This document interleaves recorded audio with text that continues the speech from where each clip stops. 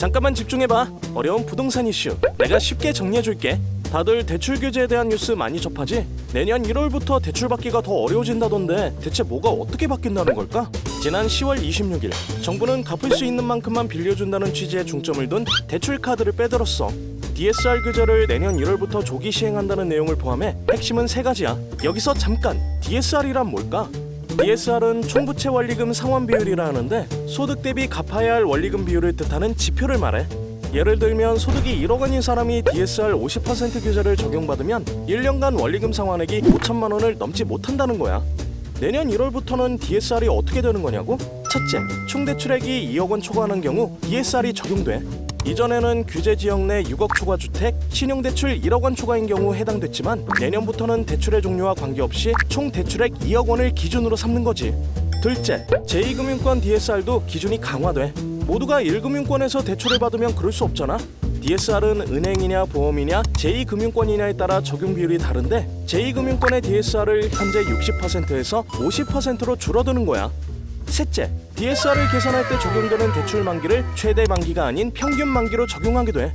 이제까지는 최대 만기를 기준으로 계산했는데 평균 만기로 계산하게 되면 1년간 갚아야 하는 원리금이 커지는 효과가 있기 때문에 대출액이 줄어드는 효과가 있는 거지. 이렇게만 규제가 시행되면 너무 암울할 것 같지? 그래서 정부에서는 실소유자에게는 대출 규제에 따른 피해를 얻지 않게 하기 위해서 대출 규제에서 몇 가지 제외했다고 하더라고. 대표적으로 분양주택 중도금 대출, 청년 햇살론, 전세대출, 재개발 재건축 이주비 대출 등 신규 주택을 취득할 때 필요한 대출에 대해서는 제한을 두지 않았기 때문에 이런 대출을 받아야 할 상황인 사람들은 크게 걱정하지 않아도 될 것 같아.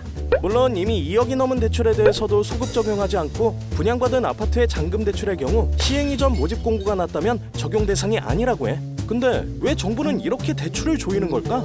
고승범 금융위원장님은 10월 26일에 이런 말을 하셨더라고.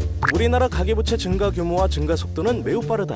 홍콩 다음 2위라고는 하지만 세계에서 가장 빠른 속도이며 가계부채 관리는 금융 불균형을 해소하고 금융 안정을 도모하는 가장 중요한 책무.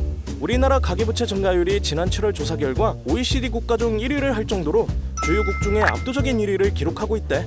현재 가계부채 증가율 9% 수준인 것을 2023년까지 4%로 낮추는 게 목표로 DSR을 단계적으로 확대하면서 대출 총량을 규제하겠다는 거야.